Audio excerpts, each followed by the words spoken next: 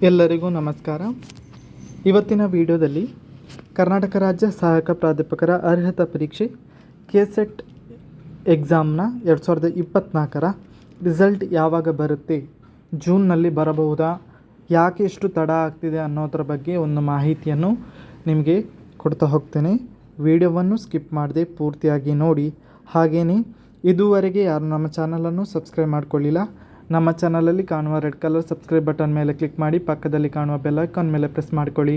ಹೀಗೆ ಮಾಡೋದ್ರಿಂದ ನಮ್ಮಲ್ಲಿ ಬರುವಂತಹ ನಮ್ಮಿಂದ ಅಪ್ಡೇಟ್ ಆಗುವಂತಹ ಎಲ್ಲ ವೀಡಿಯೋಸ್ನ ಮಾಹಿತಿ ನೋಟಿಫಿಕೇಷನ್ ಮೂಲಕ ನಿಮಗೆ ದೊರೆಯುತ್ತದೆ.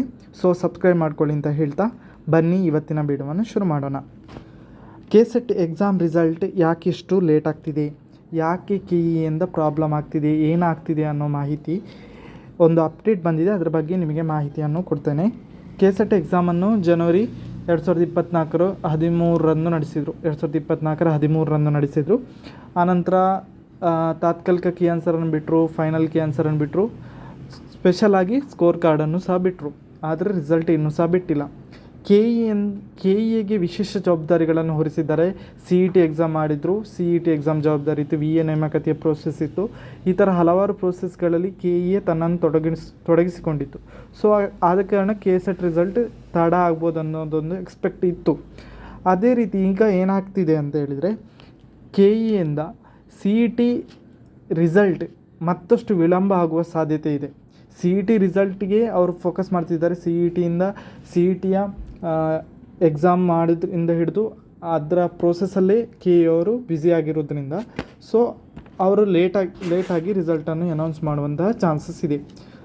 ಇತ್ತೀಚೆಗೆ CETಯಲ್ಲಿ ಪ್ರಾಬ್ಲಮ್ ಆಗಿತ್ತು, CET ಎಕ್ಸಾಮಲ್ಲಿ ಪ್ರಾಬ್ಲಮ್ ಆಗಿತ್ತು. ಅದು ಔಟ್ ಆಫ್ ಸಿಲೆಬಸ್ ಕ್ವಶನ್ಸ್ ಕೇಳಿ ಪ್ರಾಬ್ಲಮ್ ಆಗಿದ್ದ ಕಾರಣ ಕೆಇಎಯ ಡೈರೆಕ್ಟರ್ ಆಗಿದ್ದಂತಹ ರಮ್ಯಾ ಇವರನ್ನು ವರ್ಗಾವಣೆ ಮಾಡಿ ಪ್ರಸನ್ನ ಇವರನ್ನು ನೇಮಕಾತಿ ಮಾಡಲಾಗಿದೆ.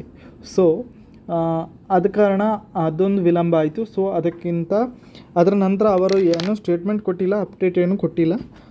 ಸೊ ಒಂದು ಪೇಪರಲ್ಲಿ ಒಂದು ಮಾಹಿತಿ ಬಂದಿತ್ತು, CET ರಿಸಲ್ಟ್ ತಡವಾಗಿ ಬರುತ್ತೆ ಅಂತ. CET ಕಡೆಗೆ ಕೆಇಎವರು ಫೋಕಸ್ ಮಾಡ್ತಿರುವ ಕಾರಣ ಕೆಸೆಟ್ ರಿಸಲ್ಟ್ ವಿಳಂಬ ಆಗ್ತಿದೆ ಅನ್ನೋದೊಂದು ಮಾಹಿತಿ. ಸೊ ಆ ಪೇಪರ್ನಲ್ಲಿ ಏನಿತ್ತು, ಏನು ಮಾಹಿತಿ ಇತ್ತು ಅನ್ನೋದನ್ನು ನಿಮಗೆ ತಿಳಿಸ್ತೇನೆ. ಈಚೆಗೆ ಬಂದ ಪೇಪರ್ನಲ್ಲಿ ಒಂದು ಸುದ್ದಿ ಬಂದಿತ್ತು, ಚುನಾವಣೆ ಫಲಿತಾಂಶ ಬಳಿಕವೇ CET ರಿಸಲ್ಟ್ ಅಂತ. ಅಂದರೆ CET ರಿಸಲ್ಟನ್ನು ಚುನಾವಣೆ ಫಲಿತಾಂಶ ಅಂದರೆ ಜೂನ್ 4 ನಂತರನೇ ರಿಸಲ್ಟನ್ನು ಬಿಡ್ತಾರೆ. ಸೊ ಆದ ಕಾರಣ ಏನಾಗುತ್ತೆ ಅಂತ ಹೇಳಿದರೆ, ನಮ್ಮ ಕೆಸೆಟ್ ರಿಸಲ್ಟ್ ಕೂಡ ಲೇಟ್ ಆಗುವಂಥ ಚಾನ್ಸಸ್ ಇದೆ. ಯಾಕೆ CET ರಿಸಲ್ಟ್ ಲೇಟ್ ಮಾಡ್ತಿದ್ದಾರೆ ಅಂತ ನೋಡೋದಾದರೆ, 5ರಿಂದ 6ರವರೆಗೆ ಜೂನ್ 5 ಅಥವಾ 6ರ ವೇಳೆಗೆ ಪ್ರಕಟ ಆಗುವ ಸಾಧ್ಯತೆ ಇದೆ ಅಂತ ಹೇಳಿದ್ದಾರೆ. ಜೂನ್ 4ಕ್ಕೆ ರಿಸಲ್ಟ್ ಅಂದರೆ ಚುನಾವಣಾ ರಿಸಲ್ಟ್ ಬರುತ್ತೆ. ಆನಂತರ ಜೂನ್ 5 ಅಥವಾ 6ರ ವೇಳೆಗೆ ಪ್ರಕಟ ಆಗುವ ಸಾಧ್ಯತೆ. ಕೆಇಎವರು PU ಪರೀಕ್ಷೆ ಮತ್ತು ಕೃಷಿ ಪ್ರಾಯೋಗಿಕ ಪರೀಕ್ಷೆಗಳ ಫಲಿತಾಂಶಕ್ಕಾಗಿ ಕಾಯ್ತಿದ್ದಾರೆ.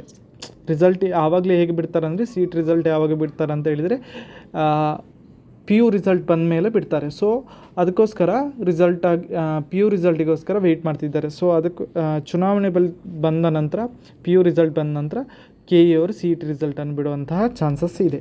ಸೊ ಆದ ಕಾರಣ ನಮ್ಮ ಕೆಸೆಟ್ ರಿಸಲ್ಟ್ ಇನ್ನೂ ವಿಳಂಬ ಆಗುವ ಸಾಧ್ಯತೆ ಇದೆ. ಜೂನ್ 2ನೇ ವಾರದಲ್ಲಿ ಬರುವ ಸಾಧ್ಯತೆ ಇದೆ, ಅದು ಕನ್ಫರ್ಮ್ ಅಲ್ಲ.